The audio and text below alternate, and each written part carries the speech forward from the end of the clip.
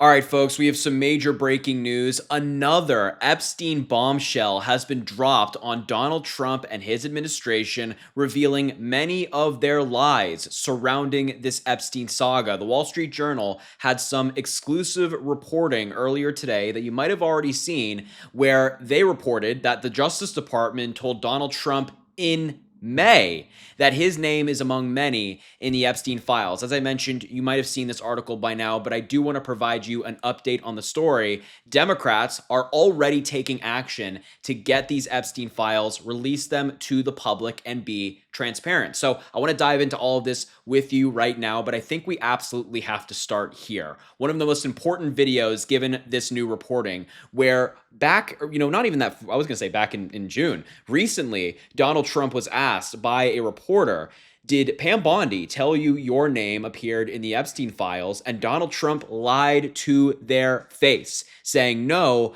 I would say that these files were made up by Biden. Take a look at that clip from not that long ago. The Attorney General briefed you on the DOJ and FBI review, the findings of that review. The Attorney General briefed you on that. What? On the DOJ and FBI on what? review. On what subject? Epstein. Okay. On Epstein, of the review of the files. Attorney General Pam Bondi. A very quick briefing. Did she tell you? What did she tell you about the review? And specifically, did she tell you at all that your name appeared in the file? No. She's given us just a very quick briefing, and in terms of the credibility of the different things that they've seen, and I would say that these files were made up by Comey. They were made up by Obama. They were made up by the Biden we went through years of that with the Russia hoax, with all of the different things that we had to go through. We've gone through years of it, but she's handled it very well, and it's going to be up to her. Whatever she thinks is credible, she should release. Yeah, I mean, he just lied directly to these reporters' face, to the American people, saying, no, my name wasn't mentioned. Now, of course, we have this new reporting from the Wall Street Journal, and my friend Olivia Juliana made a good point on Twitter earlier today, saying this clip from before the election where Donald Trump was asked by Fox News if he would release the Epstein files, he said, yeah, I might, but, they might not be credible. He was already laying the foundation to discredit the documents that he, for years, had used as a political talking point. Take a look at that clip from before the election, and then we'll dive into that article. Would you declassify the Epstein files? Yeah, I would. All right. I guess I would. I think that less so because, you don't know. You don't want to affect people's lives if it's phony stuff in there, because there's a lot of phony stuff with that whole world. But I think I would. So first of all, number one, he said he'd declassify the files. He's not. And second of all, I mean, he's talking about himself. He's like, you don't want to ruin people's lives with phony stuff. Way before he was even elected president for the second time, he was already laying the foundation to essentially claim that the documents were fraudulent and that there's faulty things in there. That's the word he used. You don't want to ruin people's lives. He was already doing it. And it just reminds me of this tweet from Elon Musk that we all saw, that bombshell tweet that he dropped where he said that Donald Trump is in the Epstein files. That's a real reason they haven't been made public. My question now is, how did Elon know that? And why did he wait so long to reveal that information and then delete that tweet subsequently? A lot of just fishy things going on here, so many unanswered questions, but it seems like Elon Musk was actually telling the truth when he posted that. Now, I want to just quickly get into this article with you from the Wall Street Journal that the Justice Department told Donald Trump back in May that his name is among many in the Epstein files. Donald Trump is already suing the Wall Street Journal for their recent reporting on that birthday card that he sent Epstein back in 2003 for his 50th birthday. Now Donald Trump is probably even more angry at the Wall Street Journal and is likely going to take out some of that anger on Truth Social soon. But let's dive in here. According to the Wall Street Journal, when Justice Department officials reviewed what Attorney General Pam Bondi called a truckload of documents related to Epstein earlier this year, they discovered that Trump's name appeared multiple times, not just once, multiple. In May, Bondi and her deputy informed the president at a meeting in the White House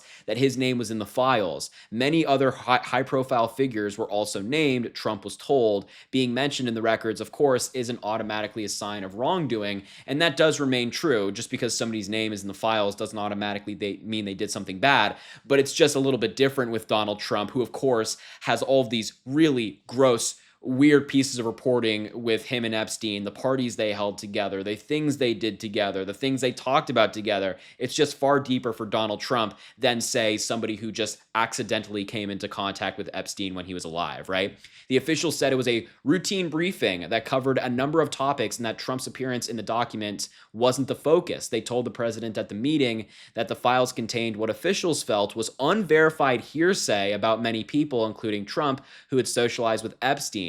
One of the other officials familiar with the documents said they contain hundreds of other names. And of course, Pam Bondi is going to call any allegation or any comment about Donald Trump in the files hearsay. They have to play into Donald Trump's ego, of course. They also told Trump that senior Justice Department officials didn't plan to release any more documents related to the investigation of Epstein because the material contained really explicit things and victims' personal information. Trump said at the meeting he would defer to DOJ's decision to not release any further files. And the point here is that obviously don't release any of these things.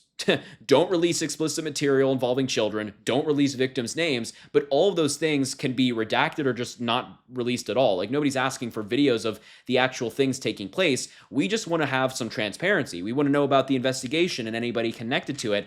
That's all we're asking for. We're not asking for all this other stuff, which is, they're using that as the argument. The meeting set the stage for the high-profile review to come to an end. Bondi had said in February that Epstein's client list was, of course, sitting on her desk. Trump said last week in response to a journalist's question that Bondi hadn't told him his name was in the files, as we just watched that video.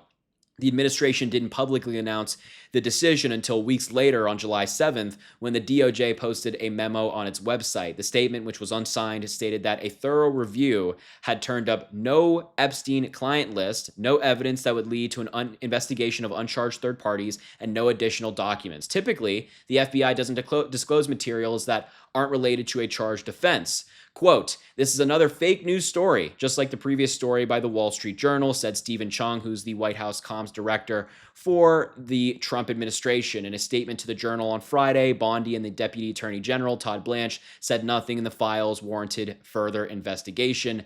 And on Tuesday, Blanche said on X that the DOJ was seeking to arrange a meeting with Ghislaine Maxwell. And there's much more in this article that I would highly recommend you read if you get the chance. Also, it's reported by the Wall Street Journal later that Kash Patel has also privately acknowledged to people that Donald Trump's names appear in the file multiple times. So everybody's kind of in on it. Everybody in the Trump administration, Bondi, Patel, Bongino, all these different people who previously were saying, release the files, release the files. Now they're in there. Now they see Donald Trump's in the files. They're not so interested. As I mentioned, I wanted to provide an update on this story for you after going over it with you, which is the Democrats are already making moves to get these files out in the public. House Oversight, the subcommittee, has voted to subpoena the Department of Justice for the Epstein files. According to CNN and a number of other news outlets, a House Oversight Subcommittee voted Wednesday to subpoena the DOJ to release files related to Epstein. House Oversight Chair James Comer will be required to sign the subpoena before it can officially be issued. The motion to subpoena the Trump DOJ for all records related to Epstein, it passed 8-2. GOP reps Nancy Mace, which is surprising, Scott Perry, Brian Jack joined with the subpanel's 4 Democrats and the full committee's ranking member Robert Garcia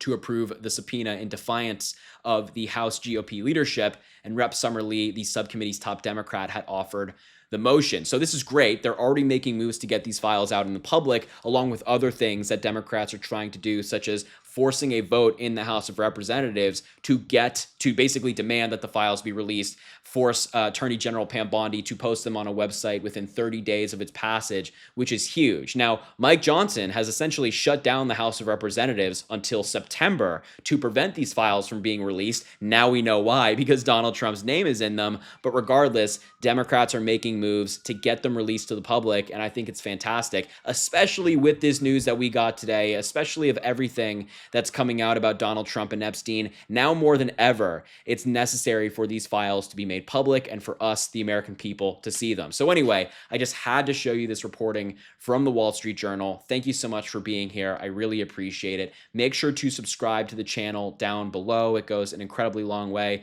Drop a like on the video, comment, let me know what you think about this story. And as I always say, I greatly appreciate you, and I hope you have an amazing rest of your day.